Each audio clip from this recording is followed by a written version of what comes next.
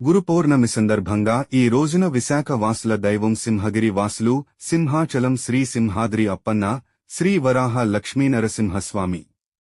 విశాఖ వాసుల ప్రత్యక్ష దైవం శ్రీ వరాహ లక్ష్మీనరసింహస్వామి కొలువై ఉన్న కొండ చుట్టూ ప్రదక్షిణ చేయడంనే సింహాచలము, సింహాద్రి అప్పన్న చుట్టూ ప్రదక్షిణ చేసినట్లుగా భావించి భక్తులు ఈ రోజున శ్రీ వరాహ లక్ష్మీనరసింహస్వామి కొలువై ఉన్న ఈ కొండ చుట్టూ సుమారుగా 32 కిలోమీటర్లు పైనే ఉన్న ఈ మార్గం గుండా భక్తులు కాలి నడకన నడచి గిరి ప్రదక్షిణ పూర్తి చేసుకుని శ్రీ సింహాచలం, సింహాద్రి అప్పన్న, శ్రీ వరాహ లక్ష్మీనరసింహస్వామికి భక్తులు తమ భక్తిని ఆ భగవంతునికి తెలియజేసి భగవంతుని ఆశీస్సులు పొందుదురు. ఈ గిరి ప్రదక్షిణకి ముందుగా ఆలయం వారు సింహగిరి వాసులు శ్రీ సింహాచలం, సింహాద్రి అప్పన్న, శ్రీ వరాహ లక్ష్మీనరసింహస్వామి వారి రథం బయలు దేరును ఆ రథం వెంబడి లక్షలలో ఉన్న భక్తులు ప్రదక్షిణ చేయుటకు బయలు దేరుదరు. ఆ భక్తులకు కొంతమంది భక్తులు ప్రసాద వితరణ చేయుదరు. ఆ కోవలోనే పవనపుత్ర సేవా సంఘం మరియు శ్రీ శ్రీ భువనేశ్వరి దేవి సమేత స్వామి భక్త బృందం వారు కలిసి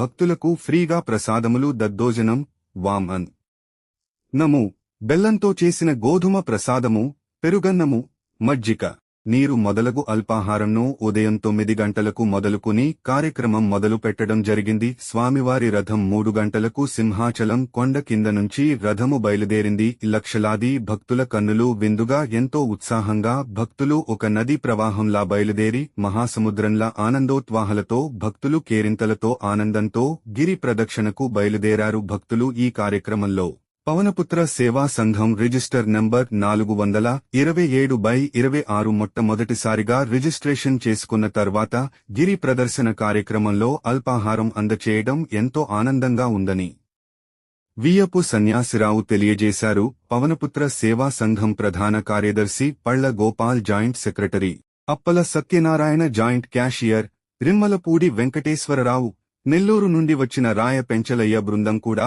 ఈ కార్యక్రమంలో ఎంత ఆనందంగా పాల్గొన్నారు.